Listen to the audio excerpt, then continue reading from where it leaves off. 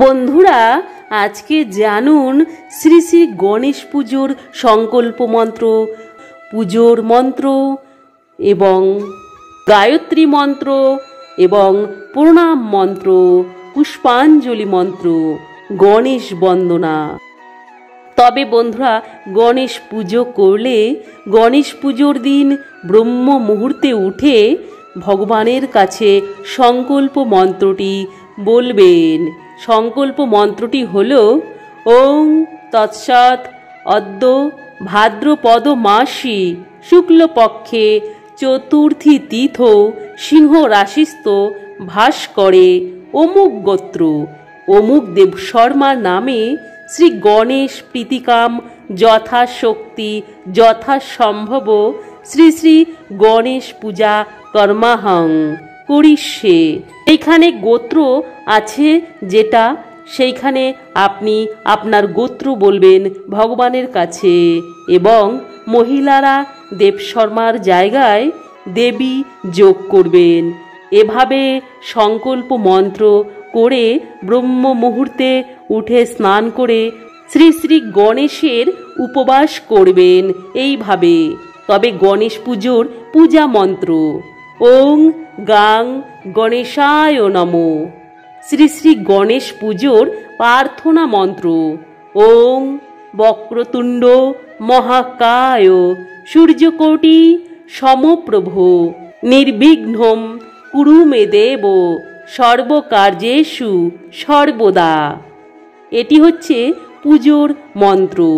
শ্রী শ্রী গণেশ পুজোর গায়ত্রী মন্ত্র ওং তৎপুরুষায় বিদ্মহে বক্রতুণ্ডায় ধীমহি তন্নো দন্তি প্রচোদয়াৎ।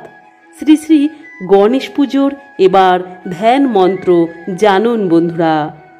ওং খর্বং স্থূলতনুং গজেন্দ্র বদনং লম্বোদরং সুন্দরং প্রসন্দোন্মদ গন্ধলুব্ধ মধু পব্বালোলি গণ্ড স্থলম দন্তাঘাত বিদারি তারি রুধিরৈ সিন্দুর শোভাকরং বন্দে শৈল সুতাসুতং গণপতিং সিদ্ধিপদং কামোদম।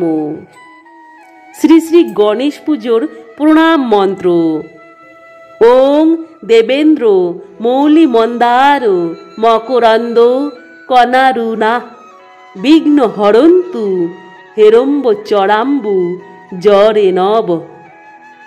অথবা এই মন্ত্রটি বলতে পারেন একদন্তং মহাকায় লম্বোদয় গজাননম বিঘ্ন বিনাশকং দেব্যং হেরম্বং প্রণমাম্যহম। এখানে প্রথম 2 লাইন ও পরে 2 লাইন প্রণাম মন্ত্র আছে। আপনি যে কোনো একটি 2 লাইনে করতে পারেন শ্রী শ্রী গণেশের। পুষ্পাঞ্জলি মন্ত্র বন্ধুরা জানুন। এসো সচন্দন পুষ্পাঞ্জলি ওং গাং গণপতয়ে নমো। 3 বার মন্ত্রটি বলে শ্রী গণেশের চরণে বেলপাতা পুষ্প দিয়ে পুষ্পাঞ্জলি দেবেন। তবে বন্ধুরা, এবার জানুন গণেশ বন্দনা। বন্দ দেব গজানন বিঘ্ন বিনাশন নমঃ প্রভু মহাকায় মহেশ নন্দন সর্ববিঘ্ন নাশহায় তোমার শরণে অগ্রেতে তোমায় পূজা করিনু যতনে।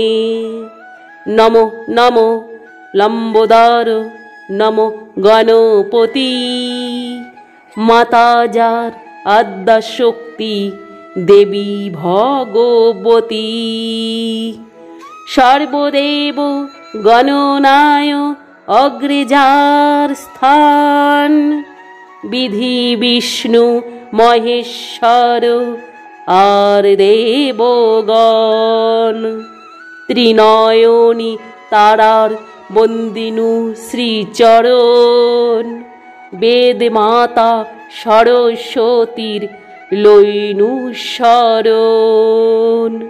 তবে বন্ধুরা, গণেশ বন্দনা, গণেশ পুজোর দিন অবশ্যই করবেন। তবে শ্রী গণেশ অতি প্রসন্ন হবে। আপনার জ্ঞান, সমৃদ্ধি, সুখ, শান্তি, অর্থে পরিপূর্ণ হয়ে ভগবান শ্রী গণেশ অশেষ কৃপা লাভ করবে আপনার উপর। তবে বন্ধুরা, কমেন্টে জয় শ্রী গণেশ লিখতে ভুলবেন না।